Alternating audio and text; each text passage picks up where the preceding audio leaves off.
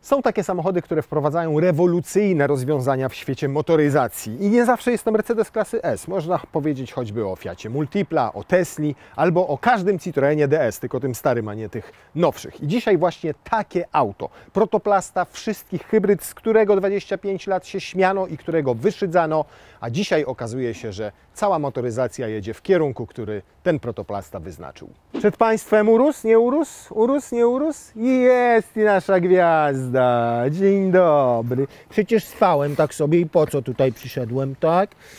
Lubisz przesiadywać z ładnymi autami w środku, tak? Toyota Prius.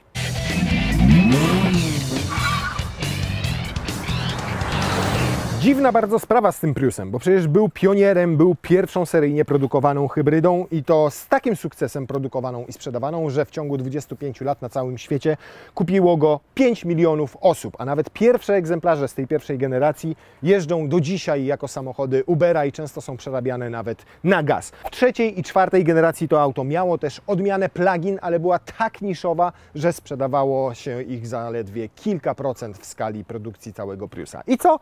I Toyota wpadła na pomysł, że a dobra, to teraz będziemy robili tylko tego niszowego plugina i nie ma tutaj w ogóle hybrydy. To trochę tak jakby Roland McDonald, czy tam jakiś inny założyciel McDonalda, twórca hamburgerów powiedział, no dobra, tam hamburgery od dzisiaj, tak jak inni, robię tylko schabowe i pierogi. Na szczęście, przynajmniej teraz ten schabowy wygląda tak, że macie ochotę go zjeść, a nie zaczynacie wymiotować na sam jego wygląd, na sam jego widok. Bo naprawdę pod względem stylistyki ten samochód robi robotę i zwraca na siebie uwagę. Zarówno tym przodem z takimi charakterystycznymi w kształcie U reflektorami. Tutaj nam się ten LED dzienny cały czas świeci. Tą satynową listwą tutaj, tym takim uśmiechniętym płuszczkiem, tym przetłoczeniem tutaj blachy, tym klinowatym kształtem nadwozia. Zobaczcie, jak tutaj staniecie z boku, to idealnie widać, że on w zasadzie tutaj cały ten przód i słupek A ma pociągnięte w jednej linii. Tutaj zmienia się w coupé i też jest taka jedna linia. Ani to liftback, ani to sedan, po prostu bardzo ładnie wygląda. Albo tutaj ten profil, gdzie macie taki łuk, nie widać tutaj reflektora, bo on nie zachodzi w ogóle na ten błotnik. Czarne nadkola, tylne drzwi bez klamek standardowych, tylko z takimi wbudowanymi w słupek C. Co ciekawe, tutaj te klamki są z elektrozamkiem. Zobaczcie, klamka się nie odchyla, tylko tam jest przycisk i to można w ten sposób otworzyć. A tutaj w razie czego jest pomocniczy takim do mechanicznego otwierania, ale przednia klamka już nie ma elektrozamka i jest wyłącznie mechaniczna. Toyota, tylko nikomu nie powtarzaj, bo inni tego nie wiedzą. Wystarczy tutaj takie dwie pianki umieścić, to kosztuje 10 eurocentów, podnosi wagę o 15 gramów i wtedy nie ma takiego dźwięku. Nie ma za co. Gdzie jedziesz? Bardzo ładnie jest też tutaj z tyłu, z tymi lampami charakterystycznymi, połączonymi listwą świetlną. Bardzo ładny, fajny spoilerek, fajnie wkomponowany znaczek Toyoty, fajnie wkomponowane światło tutaj stopu trzecie, fajnie nawet bardzo wkomponowane światła cofania. Zobaczcie tutaj po bokach i całość, patrzę na tą dupkę i mówię, jakie fajne auto. A przecież tak rzadko można powiedzieć o Toyocie, że jest fajna i ładnie wygląda. Na szczęście te ostatnie rzeczywiście zaczynają budzić jakieś emocje, przynajmniej jeżeli chodzi o design. No więc auto zbudowano na platformie TNGA-C, czyli tej takiej kompaktowej, ale jednocześnie modułowej, która pozwala zastosować ją do samochodów różnej wielkości. Tutaj musimy zderzyć ten samochód, jako że już jest tylko pluginem, bardziej z Corollą wymiarami, więc żeby dać Wam pogląd, jaki to jest rozmiar auta, no to mamy 23 cm więcej niż ma Corolla w hatchbacku, 11 cm większy rozstaw osi, ale na przykład auto jest już węższe o 8 cm. I generalnie na zdjęciach, jak go widzicie, to wydaje Wam się dużym samochodem, ale w rzeczywistości tak naprawdę jest trochę mniejsze niż Prius poprzedniej generacji. No ale mamy auto dłuższe od Corolli z większym rozstawem osi, więc teoretycznie powinniśmy mieć też więcej miejsca na bagaże. A tutaj niestety, bo przez to, że mamy baterię, gdzieś trzeba było ją ukryć, no to mamy mniejszą przestrzeń i tylko 286 litrów. Dla przykładu w Corollach to od 316 do 360 litrów i cały czas mówimy o hatchbacku, a nie o kombi. Więc za wiele tutaj nie włożymy, zaraz Wam to pokażę na przykładzie. Wyżej już nie pójdzie, bo tutaj mamy krawędź siedziska, zostaje nam dosłownie troszkę tutaj miejsca na jakieś duperele z przodu, mniejsze walizki, mniejsze plecaki. Oczywiście, tak jak niektórzy mówicie, do sportowych samochodów można sobie zamówić przecież takie torby miękkie, takie dedykowane i to wtedy idealnie. Chociaż jak się popieści, to może i się zmieści, a może i nawet się zamknie, kto wie. No, jednak da się. Czyli przynajmniej ma regularny kształt. I tutaj wtedy rzeczywiście wrzucacie sobie jakieś tam 2 kabinoweczki, czy trochę więcej jakichś gratów. Niemniej z mniejszymi torbami faktycznie powinno być łatwiej zagospodarować tę przestrzeń. Co poza tym tutaj mamy? No mamy tą taką półeczkę, jak w innych na przykład Lexusach czy Toyotach. Plusem jej jest to, że składa się na pół i możecie wtedy ją łatwiej przechowywać. Często to miejsce jest tutaj pod podłogą. Jaki ładny styropian. To chyba z Obi jest. Szary styropian jest droższy od białego o 5 eurocentów. Ale jest kabelek do ładowania.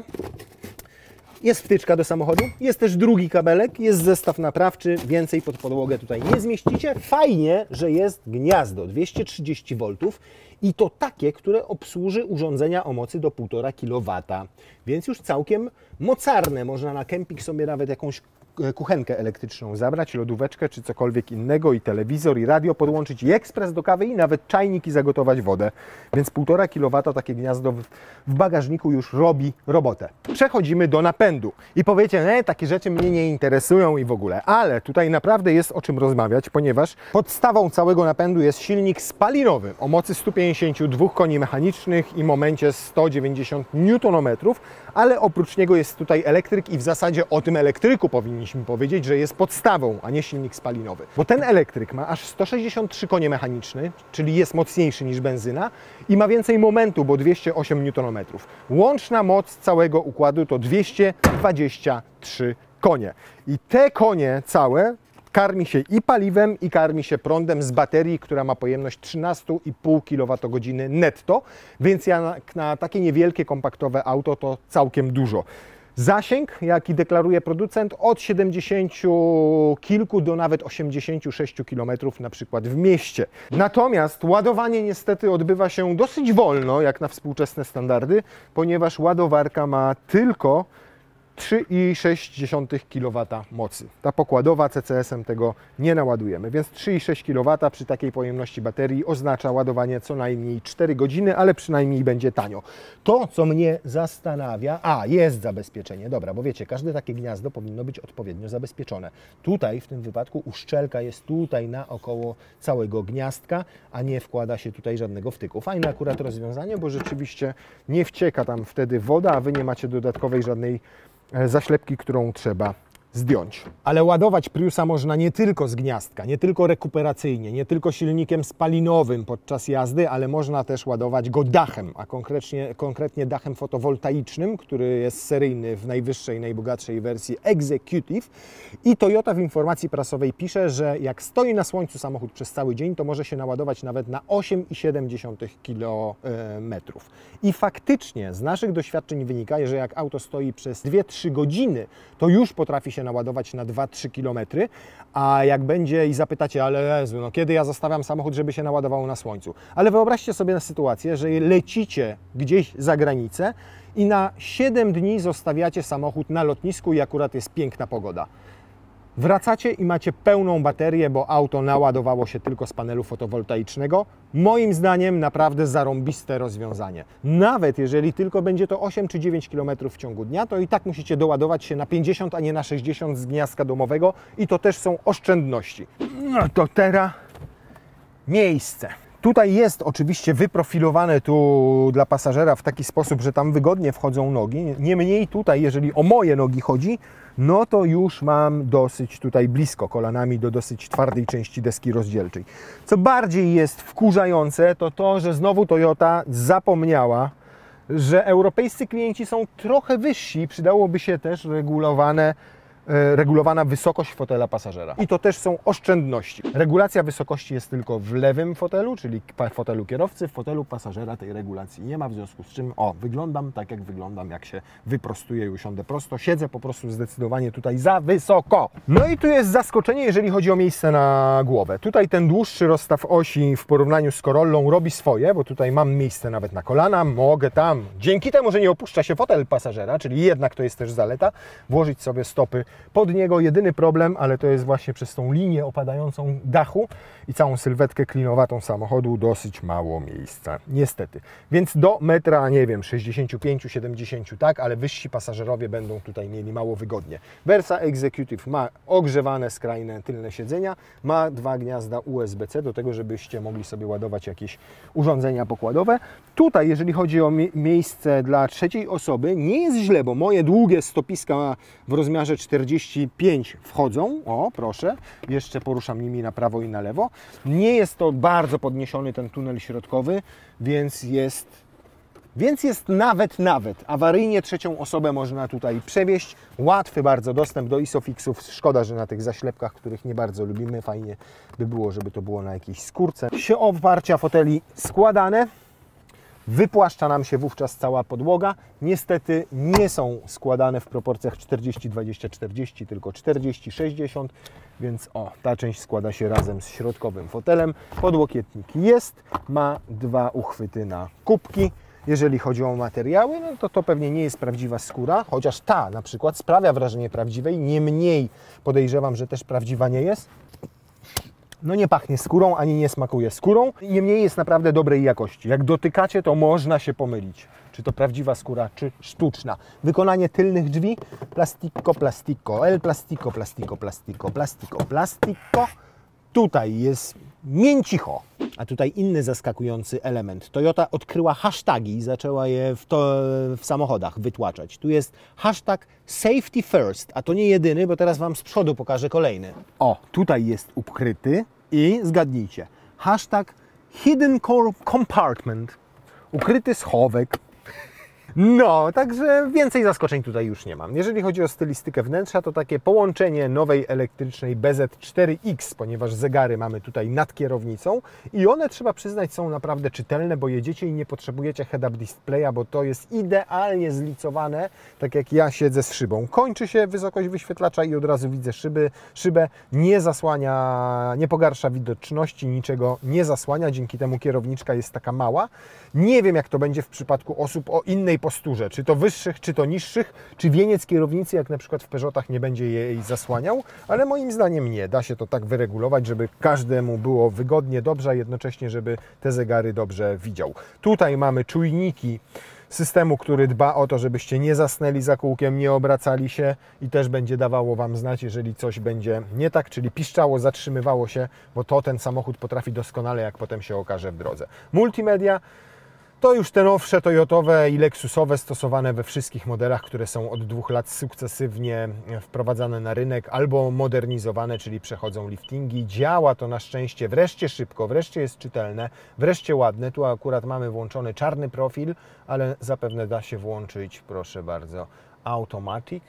I teraz mamy biały i wszystko jest czytelniejsze, ja taki wolę. Mamy tutaj oczywiście już aktualizację online, mapy i online i offline, jeżeli gdzieś nie byłoby zasięgu. Te online'owe są już aktualizowane w chmurze, podobnie jak wszystkie systemy bezpieczeństwa. Jeżeli chodzi o materiały, tu jest mięciutko, fajną fakturę to ma i fajny wygląd, tutaj w taką jodełkę ułożony. Bardzo ładna ta listwa LEDowa.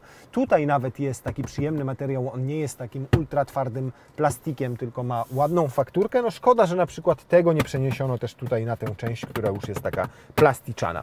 Tu od dołu, od wysokości kolan już wszystko plastikowe, plus za klimatyzację, która ma wszystkie przyciski fizyczne. Ma też wentylację z foteli, wersja Executive, jaką jeździmy. Te skromniejsze wersje, czyli tam jest Prestige i Comfort, tej wentylacji nie mają. Gniazdo ładowania zapalniczki, gniazda USB-C 2. Natomiast nie widzę tutaj ładowarki indukcyjnej, bo w hidden compartment jej nie ma. Hidden compartment wyłożone plastikiem, niemniej coś tam na pewno się zmieści. Czytelnie, przejrzyście, przestronnie wystarczająco, bo tu jest akurat mi wygodnie. Jeszcze miejsce nad głową mam. Mogę sobie wyregulować fotel, jeżeli chodzi o oparcie, jeżeli chodzi oczywiście o siedzisko, bla, bla, bla. Jest też regulacja podparcia lędźwiowego. Co ciekawe, to nie jest tak, że Prius nowej generacji, tej piątej, występuje wyłącznie jako wersja plug-in. Na niektórych rynkach, na przykład w Japonii, nadal jest oferowany jako hybryda. I tutaj trochę nie do końca rozumiem filozofię Toyoty, ponieważ ta hybryda była fajna z wielu powodów. Przestronna, pewnie ma większy bagażnik, bo przecież tam nie ma baterii. Była zawsze takim samochodem, który idealnie sprawdzał się właśnie w roli samochodu i rodzinnego, i samochodu takiego na Ubera, bo bardzo ekonomiczny, bo nie trzeba było go ładować, bo jednak w mieście przejeżdżał głównie na elektryce, a te kolejne już piąta generacja hybrydy Toyoty przecież coraz więcej na tej elektryce jeżdżą, a coraz mniej korzystają z auta spalinowego, a spalania w mieście mają na poziomie 4,5, czasami 5 litrów, jeżeli są większe i są na przykład SUV-ami jak RAV4. Podejrzewam, mogło być tak, że stwierdzili, żeby się nie kanibalizował na przykład z Corollą w kombi, która występuje w wersji hybrydowej, albo z CHR-ką, albo z Corollą Cross, bo gdyby go wprowadzili, to przy takim wyglądzie fajnym i takim ciekawie zaprojektowanym wnętrzu mógłby tamtym odebrać trochę klienteli. Więc stwierdzili, dobra, to walimy go tylko w pluginie, obniży nam CO2 dla całej gamy sprzedawanych samochodów, jednocześnie będzie droższy i będzie taką bardziej, nie wiem, ekskluzywną Toyotą, powiedzmy. Nie żeby każdy jeździł nagle Priusem, tylko żeby ten nowy Prius już był taką wisienką na torcie w naszej gamie. No ale dobra, pozostaje nam ocenić ten samochód, a nie wnikać w politykę firmy Toyota w Europie. Domyślnie samochód zawsze jak odpalacie, to jedzie w elektryce. Jak jest naładowany, to tutaj wyświetla Wam się EV Mode, znaczek EV cały czas, dopóki nie wyczerpie się bateria. W tym momencie mamy zasięg na 33 km, a jeszcze około połowy baterii. Fajne zawieszenie, bo ono nie jest za miękkie, jest ciche, ale nie jest też przesadnie sztywne. Jedzie naprawdę po takich nierównościach fajnie, bardzo dobrze je wybiera i ciągle dosyć pewnie się zachowuje. Musimy dzisiaj częściej zwalniać, ponieważ naszym samochodem technicznym jest Porsche 911 GT3 RS. Nie nadąża niestety. Dynamika przy jeździe tylko na elektryku jest więcej niż wystarczająca. Naprawdę przy jeździe po mieście i bocznymi drogami nie będziecie potrzebować niczego więcej ponad to, co gwarantuje ten elektryk. Co więcej, to zużycie energii w takim ruchu właśnie miejskim i powolniejszym na bocznych drogach między 50 a 70 km na godzinę będzie oznaczało takie zużycie energii. Czyli przejedziecie nie 70-80 km, a jak bardzo się postaracie, to zrobicie nawet 100. Oczywiście nie zimą, kiedy trzeba będzie dogrzewać wnętrze, ale latem, kiedy chodzi klimatyzacja i ona nie potrzebuje zbyt dużo energii do schłodzenia wnętrza, to zużycie energii naprawdę będzie mieściło się w granicach 13-15 kWh, co jest bardzo dobrym wynikiem jak na plugina i te 80-100 km będziecie mogli przejechać. Toyota nie podaje tego, jakie przyspieszenie jest tylko na elektryce, ale my oczywiście sprawdzimy to od 0 do setki. Podaje, jakie jest przyspieszenie od 0 do setki w trybie mieszanym, czyli jak robicie to w trybie sportowym. Tryby jazdy. Mamy tutaj automatyczny tryb. Jak go włączę, to samochód sobie sam decyduje, czy jedzie na hybrydzie, na przykład jak mocniej wciśniemy pedał gazu i potrzebny będzie silnik spalinowy, czy jednak będzie korzystał z elektrycznego napędu. Jak go jeszcze sobie raz nacisnę, no to wchodzę w EV Mode, czyli w tryb typowo hybrydowy, a tu mamy jeszcze drugi przycisk.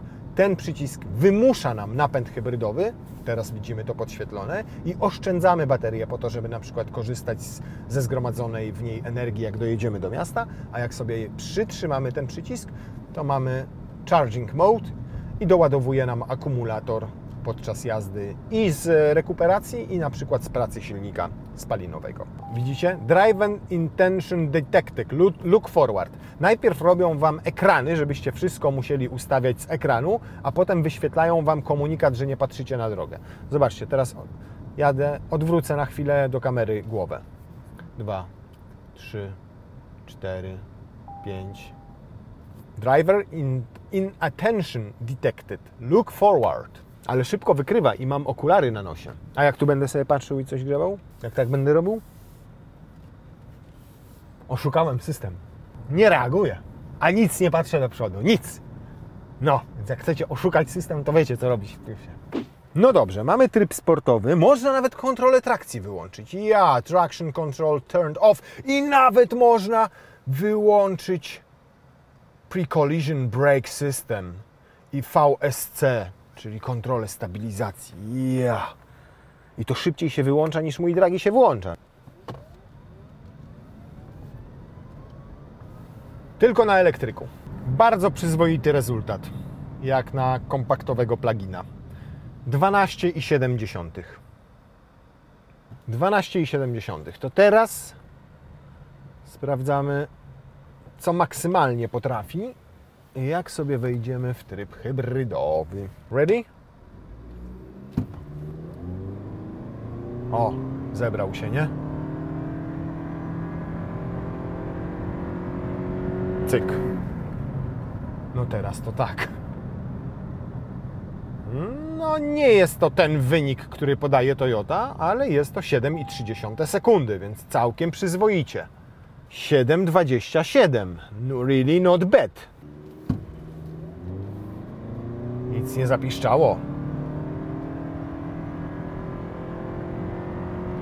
Ciach. No powiem Wam, wrażenia takie obiektywne są niezłe. Oczywiście ten silnik słychać jest, bo to jest skrzynia bezstopniowa, ale też nie rozdziera uszu, jest dosyć dobrze wyciszony, jeżeli chodzi o kabinę. 7,3. Tam 7,2, teraz 7,3. Więc możemy uznać, że rzeczywiście jakby silny wysiadł, to zrobilibyśmy gdzieś 7 sekund, ale nie ma to najmniejszego sensu, bo jest gorąco. Nie pozwolimy silnemu się spocić, zgrzać. Bardzo dobrze. Nie tak dobrze, jak sobie Toyota napisała w danych fabrycznych, ale zarówno ten wynik w okolicach 7 sekund na napędzie hybrydowym i wynik 12,5 powiedzmy sekundy, no do 12 może bylibyśmy w stanie zejść. To są bardzo dobre rezultaty jak na samochód tej klasy. Przy takiej jeździe do 90, tak jak teraz jedziemy poza terenem zabudowanym, ona naprawdę jest cichutka, więc ciekaw jestem, jak cicha będzie, jak wyjedziemy na drogę ekspresową i sobie czmychniemy 120 km na godzinę. I też jakie przy tej prędkości będziemy mieli spalanie. No bo hybrydy jednak mają to do siebie, że nawet jak do tych 120 jedziecie sobie ekspresówką, to spalanie jest zwyczajnie bardzo niskie. Tu mamy dodatkową masę wynikającą z baterii. Ale jak ona fajnie się prowadzi. O, teraz dopiero popiskuje. No podsterowność się pojawia oczywiście. Ale dmucha po tych zakrętach galancie. Bardzo przyjemny ma układ kierowniczy. Często w Toyotach w przeszłości zdarzało się tak, że wchodziliście w taki zakręt i nie bardzo wiedzieliście, co dzieje się z przednimi kołami. Gdzie jest ta granica przyczepności i granica stabilności. Tutaj jest bardzo łatwo wyczuwalna i nawet w takim ostrzej przejeżdżanym zakręcie samochód zachowuje się po prostu stabilnie. Zobaczcie. Tak, owszem, jest podsterowny i to jest czuć, ale nie robi żadnych dziwnych akcji. Nie zmienia nagle kierunku jazdy, nie powoduje, że strach czujecie. Nie. Wchodzicie do tej granicy przyczepności i on ciągle ładnie po tym łuku się prowadzi. No to teraz cyk. Najpierw sprawdzimy, do ilu się rozpędzi tylko na elektryce.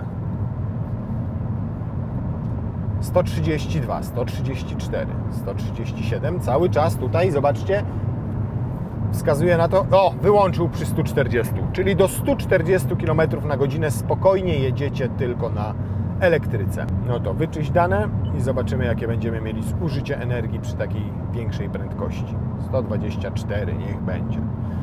Włączymy sobie Mode, Adaptive Cruise Mode.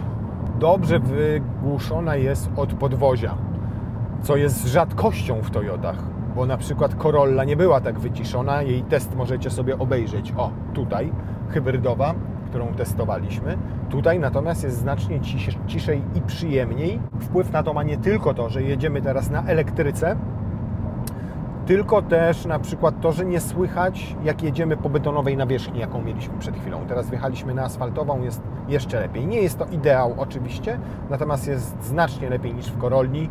czy na przykład w RAV4. No i średnie zużycie z takiej jazdy około 120 km na godzinę ekspresówką to będzie na poziomie 18-19 kWh. Też bardzo dobrze jak na plugina i oznacza to, że na tej jednej baterii, która ma tutaj 13,5 kWh netto pojemności, przejedziecie bez trudu jakieś 75, może 80 km.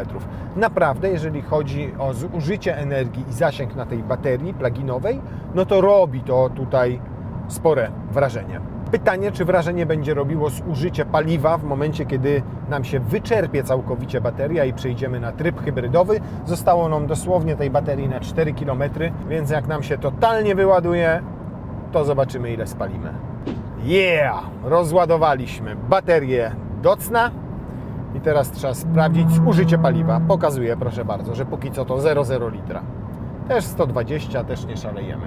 Bo często w tych hybrydach typu plug-in jest tak, że wszystko jest w porządku, dopóki bateria Wam się nie rozładuje. A jak bateria siada, no to zaczyna się. 8 litrów, 10 litrów, 12 litrów, 18 litrów. Zależnie od klasy samochodu i od mocy silnika. No więc taki zakres 115-120 km na godzinę pozwala uzyskać takie spalanie. 5,5 litra. Też bardzo dobry wynik jak na samochód typu plug-in. Spodziewałem się bardziej 7-7,5 litra, jeżeli mam być całkowicie szczery, ale płynna jazda, bez zbędnych i mocnych hamowań, bez zbędnego mocnego przyspieszania, tylko taki zakres ten 110-120 km na godzinę. Teraz mamy 115. Daje Wam takie rezultaty teraz 5,3 i muszę hamować, więc jeszcze spadnie. Między 5,5 a 6, tak bym przyjął przy takiej jeździe ekspresowej do 120 km na godzinę. Naprawdę w porządku rezultat. Oczywiście przy 140 już może to być te 7-7,5 litra, a raczej na pewno będzie. Niemniej na przykład jak zaczniecie jeździć po mieście, to wyniki na poziomie 4-4,5 litra przy rozładowanej baterii nie powinny być trudne do osiągnięcia. Generalnie chyba naprawdę Toyota nie chciała wprowadzać Priusa tradycyjnego hybrydowego na europejski rynek po to, żeby nie kanibalizować się z Corollą, bo to jest naprawdę zaskakująco dobry wóz, który mało tego ma tę przewagę nad Corollą, że zajebiście wygląda, jest lepiej wykończony i wykonany w środku, dodatkowo jest bardziej cichy. Toyota pewnie też zdaje sobie sprawę z tego, że zrobiła Priusem krok w trochę innym kierunku. To już nie jest samochód na taksówkę, w którym można z tyłu wozić pasażerów, z tego względu, że tam z tyłu jest po prostu zwyczajnie mniej miejsca dla tych pasażerów, szczególnie nad głową. W bagażniku tego miejsca jest znacznie mniej, choć w klasycznej hybrydzie byłoby go pewnie więcej. Ale nie ma co ukrywać, że auto jest mniej użyteczne, mniej praktyczne niż poprzedni Prius. Natomiast czy jest złe? Absolutnie nie można tego o nim powiedzieć. Myślę, że bardziej jest to konkurencja, jeżeli chodzi o stylistykę, jeżeli chodzi właśnie o możliwości transportowe, konkurencja dla CHR-a, który podobną ilość miejsca ma z tyłu na tylnej kanapie i podobny bagażnik, jeżeli chodzi o pojemność, też nie jest zbyt praktyczna, mimo to świetnie się sprzedaje, bo dobrze wygląda, ma fajną jakość i przekonuje do siebie tą inną stylistyką, bo jest po prostu trochę inny. Tu też jest inaczej, natomiast bardzo sprawny, zaskakująco sprawny jest ten układ napędowy tutaj. Poprzedni Prius plug-in miał to do siebie, że był okropnym wołem. Co więcej, w trybie hybrydowym wolniej przyspieszał do setki niż tylko w trybie elektrycznym, bo konstrukcja tego napędu była trochę inna. Tutaj mamy więcej niż zadowalające osiągi, bardzo dobre osiągi, a przy tym naprawdę zużycie paliwa wow. No wow. Więc tak, Toyota zrobiła bardzo fajny wóz, niestety za bardzo niefajne pieniądze. Ponieważ podstawowa wersja kosztuje 200 000 złotych, a taka jaką jedziemy to jest mała 250 000 złotych. Ja rozumiem technologię, rozumiem bardzo fajne rozwiązanie z tym solarnym dachem, niemniej no trochę to jest chyba przegięcie pały, tak mi się wydaje.